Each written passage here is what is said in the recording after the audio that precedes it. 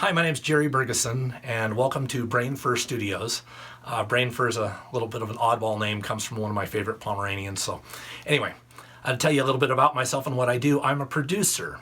I take people who have written songs, and they don't necessarily know what to do with a song, on how to get it from just the writing to a radio-ready recording.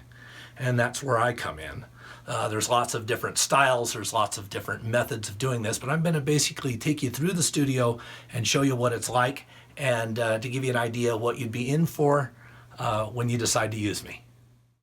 All right, so some of the things that make a difference when it comes to recording is obviously the gear. The gear and the know-how of how to use the gear. How do you get the tools to work for you? So I'm just going to take you through a couple of pieces. First of all, this is a microphone preamp that I use. It's by a company called Shadow Hills. It's kind of a boutique type of unit. And the cool thing about it is it's got 4 different sounds. It can sound like different consoles, different mixing consoles that you may have heard over the years. For instance, if you use the nickel transformer setting on this preamplifier, it gives you the brand name of the console was Quad 8.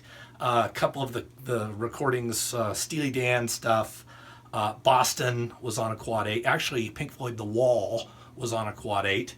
The iron setting is more of the Neve setting. A couple of things that come to mind on that. Dave Grohl with Foo Fighters. There's a lot of rock and roll stuff done on Neve. It was the earliest. And the steel transformer. Well, the first thing that I think about with that is the first 2 Van Halen albums. It's got that edge, that grit to it, so it's great. Also, it does a discrete setting, which means no transformer at all, so that's for really clean sounds. Say if I was to mic, certain instruments I wanted to really get that pristine, clean sound out of. So that's just a little introduction to this piece of gear. All right, for guitars, I'm using the Kemper Profiler, and the Kemper is a great unit. It sounds like just a million different amps. Matter of fact, I think there's 6,000 different amps or sounds in there with done with many different amp models. But what's happening? This has actually gotten a lot of use in the big studios, and is getting a lot of use on stage to where, say, a band will come in and they will record and they'll use all these specific amps, and then they'll profile it and take all those fancy amps with them on the road. Very cool stuff. So, but the cool thing about that is I can get access to those amps and we can use them in the recording process. So that's guitars.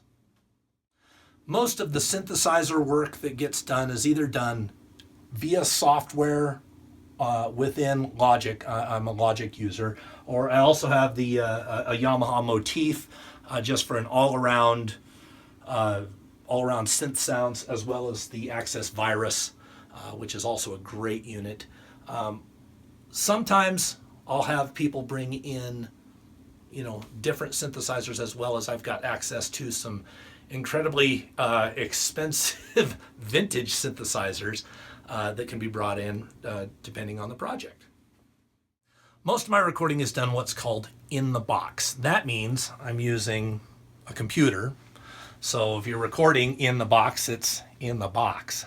So anyway, one of the most important things to do when it comes to recording in the box is to get good quality analog to digital conversion, and then again back from digital to analog.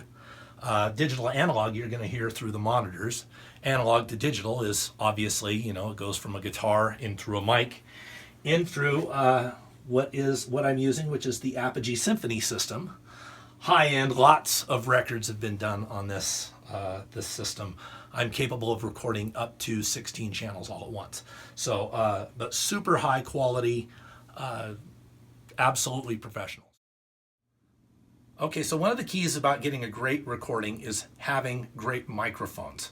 So there are lots of different microphones, and the key thing to know is that one microphone does not fit all. This is a Shure SM7B. This is a rock vocalist's mic. Actually, though, it's been used on a lot of different recordings, including Michael Jackson's Thriller. And not really terribly fancy mic, but the idea is to have different mics for different reasons. For instance, these are Sennheiser 421s.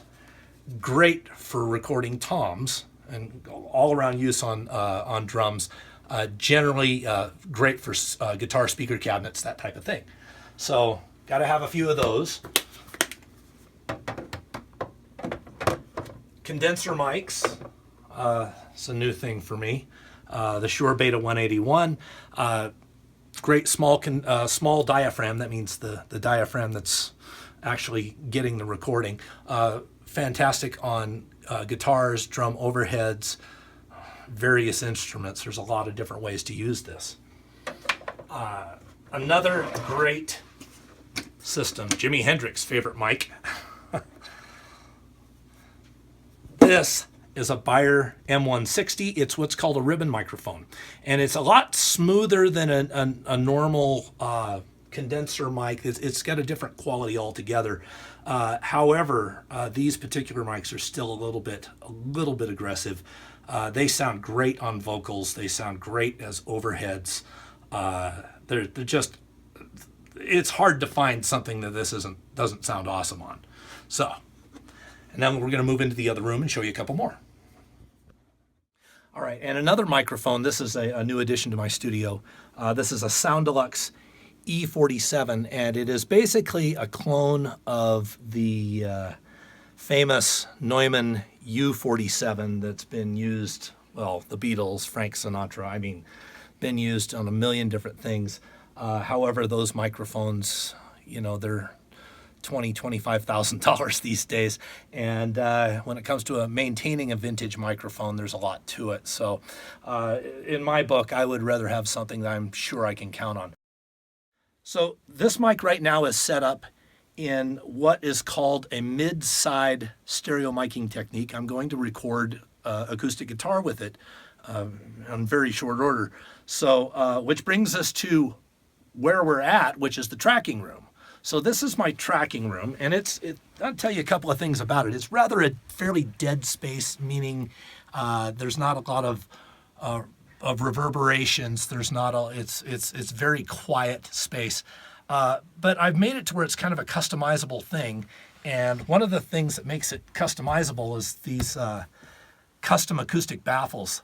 This is 6 inches of rock wool, which is a highly absorbing material for sound, and it allows me to kind of customize the room to make it sound the way I want it to sound. Also, we'll do acoustic guitar, and then I'll flip it over to make a vocal booth, and I'm capable of getting great drum sounds in this room, and I use these as well. So anyway, that's basic tour of the of my little studio, and hopefully you'll tune back in and see some more of what I actually do with it, and maybe you'll even get a chance to see for yourself. So thanks a lot.